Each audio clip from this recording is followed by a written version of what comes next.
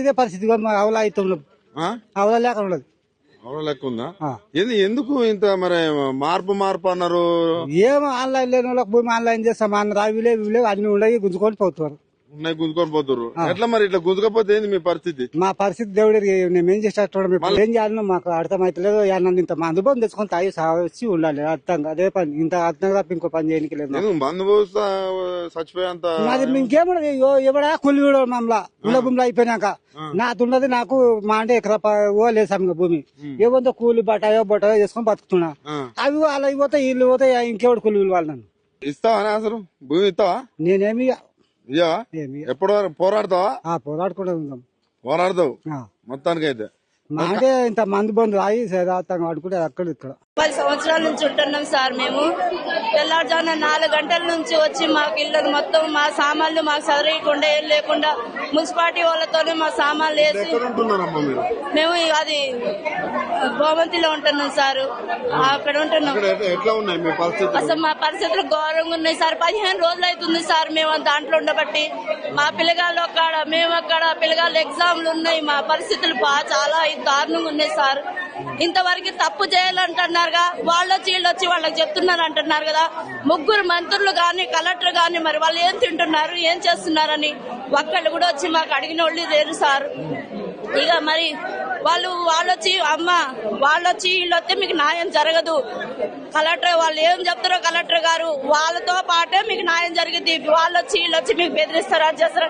మాకెందుకు బెదిరిస్తారు సార్? మేమెందుకు బెదిరిపడతాం? మా ఇల్లు కూల్చి వాళ్ళొచ్చి వీళ్ళొచ్చి చేస్తే మేమెందుకు భయపడతాం? అసలు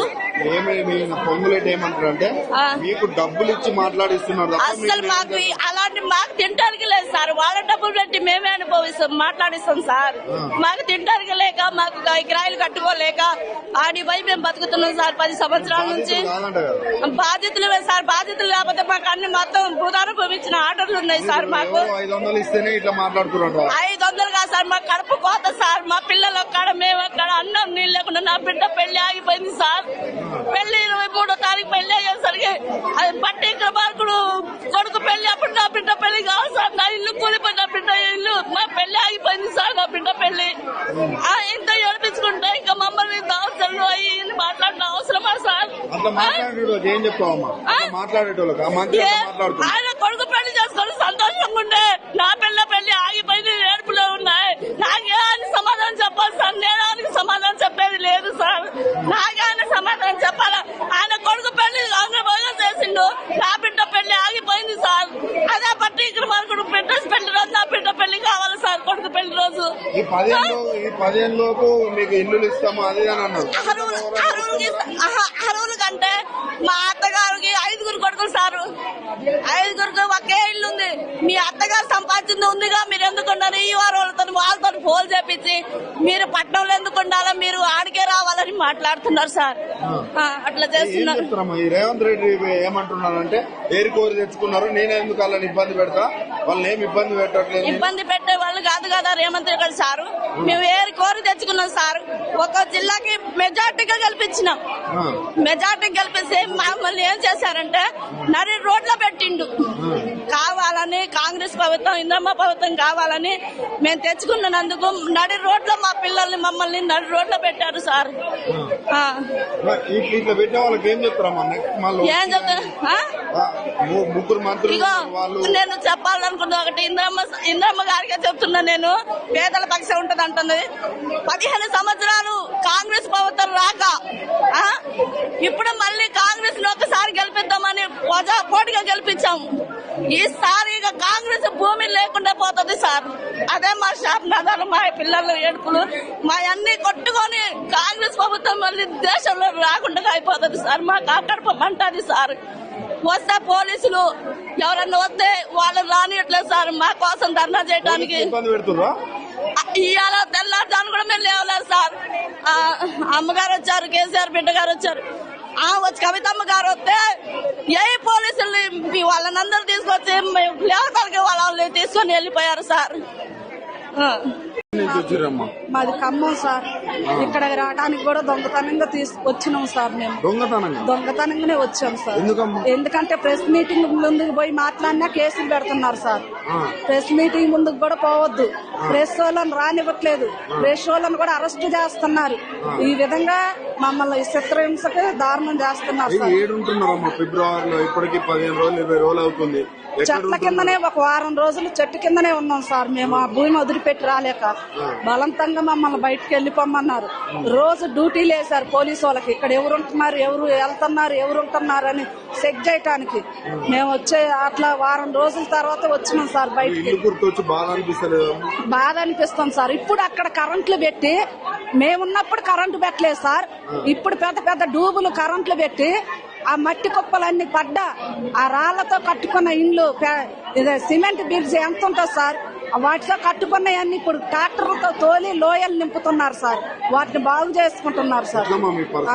మా పరిస్థితి మాకు తిరిగి మా భూమి మాకు ఇప్పియమని టీఆర్ఎస్ ప్రభుత్వం గాని మీలాంటి మీడియా మిత్రులను గాని ఏమంటున్నారంటే పొంగులేటి శ్రీనివాస్ ఏమంటున్నారంటే మీరు ఆ రోజు సీనన్న అని గెలిపించినాం సార్.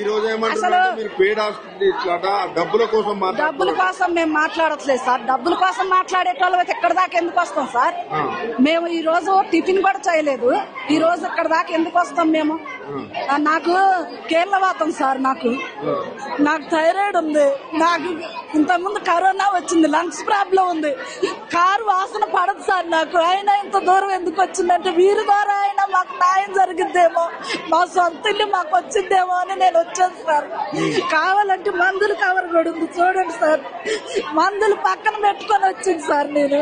చూడండి సార్, మందులు చూడండి సార్, ఎన్ని మందులు ఉన్నాయి. ఇవన్నీ మందులు దగ్గర పెట్టుకొని వచ్చింది సార్ నేను. ఇవన్నీ మందులు సార్, ఇవన్నీ మందులు చూడండి సార్. మందులు దగ్గర పెట్టుకొని ఇక్కడికి వచ్చాను సార్ నేను. మందులు తీసుకొని ఇక్కడ దాకా వచ్చాను సార్. మందులు కాంగ్రెస్ వాళ్ళకి అర్థం కావట్లేదు సార్. నెలకి 3 ఏళ్ళు 2 ఏళ్ళు పెడితే నా భర్త ఒక్కడే పనిచేసేది సార్. నా బిడ్డ చదువుకుంటుంది, నా కుమారుంది, వేరే వాళ్ళు చదువుకుంటున్నారు సార్. మేము పేదవాళ్ళం కాకపోతే నా కుమారుని వేరే వాళ్ళకి ఎందుకు ఇస్తాం సార్? వేరే వాళ్ళు చేస్తున్నారు, చదివిస్తున్నారు సార్ వేరే వాళ్ళు. మేము పేదవాళ్ళం కాకపోతే ఇక్కడ దాకా ఎందుకు వస్తాం? ఒక్క బిడ్డను చదువుకుంటున్నాం సార్. ఒక్క బిడ్డను చదువుకుంటున్నాం. ఒక బిడ్డను వేరే వాళ్ళు సహకరించి సాగుతున్నారు సార్.